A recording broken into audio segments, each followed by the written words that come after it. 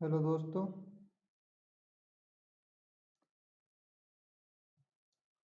हमने पिछले वीडियो में डेबिट नोट की एंट्री देखी थी।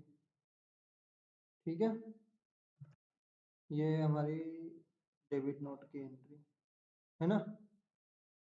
अब हम करेंगे क्रेडिट नोट की एंट्री। क्रेडिट नोट की एंट्री क्यों की जाती है? क्रेडिट नोट की एंट्री जो है ना, हमारी सेल रिटर्न के लिए की जाती है। जब हम कोई सेल करते हैं तो वो उसके लिए की जाती है। जैसे कि ये हमने सेल की, किसी कारण से वो माल रिटर्न कर रहा है। ठीक है,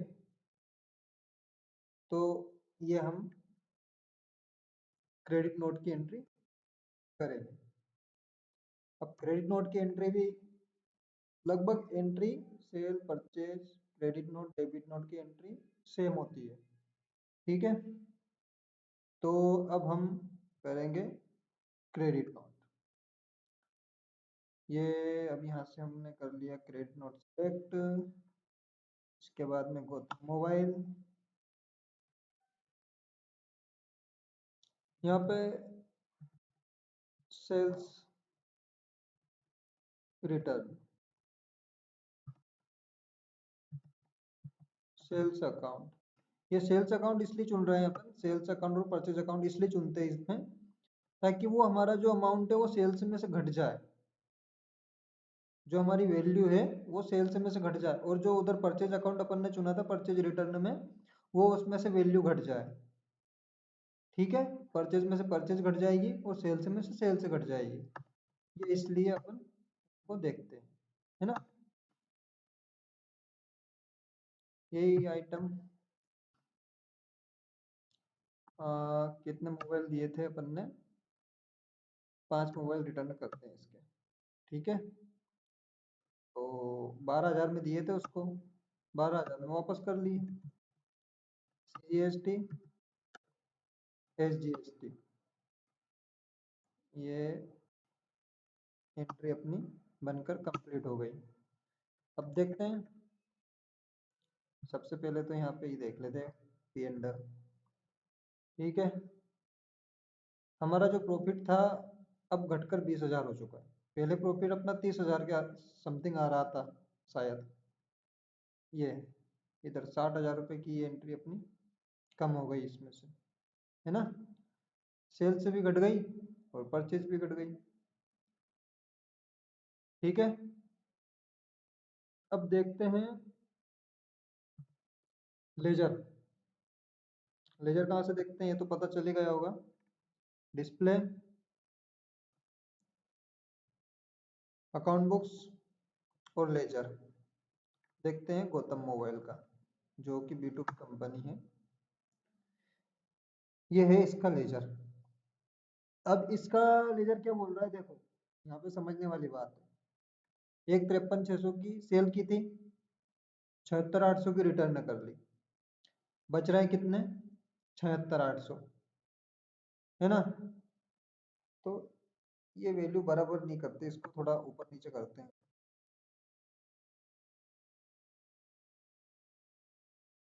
5 की जगह 6 कर लेते हैं इसको।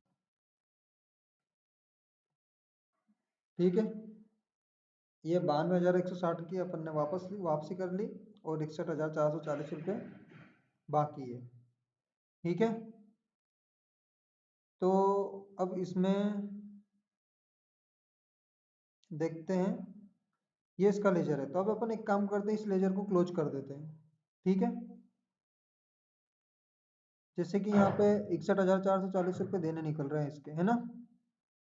तो इससे रिसिप्ट की एंट्री पास कर देते हैं, जिससे ये खाता क्लोज हो जाएगा अपना। बैंक अकाउंट से पास करते हैं, बैंक अकाउंट गौतम मोबाइल 61,440, 61,440, ये अपनी एंट्री पास हो गई। अब इसका खाता नील हो चुका है। ठीक है, इसका खाता नील हो चुका है।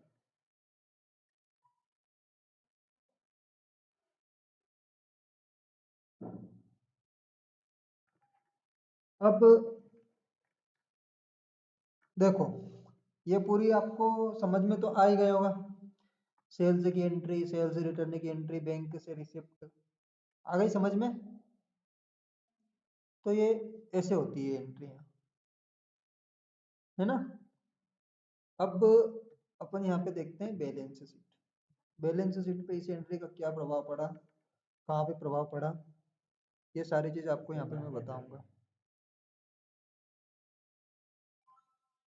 तो इसमें यहाँ पे देखो लोन्स लाइबिलिटी 10 लाख रुपए निकल रही है ना। और ड्यूटी एंड टैक्सेस भी अपना इतना ही बचा 90,160। सन्ड्री क्रेडिटर्स 12,000 रुपये के,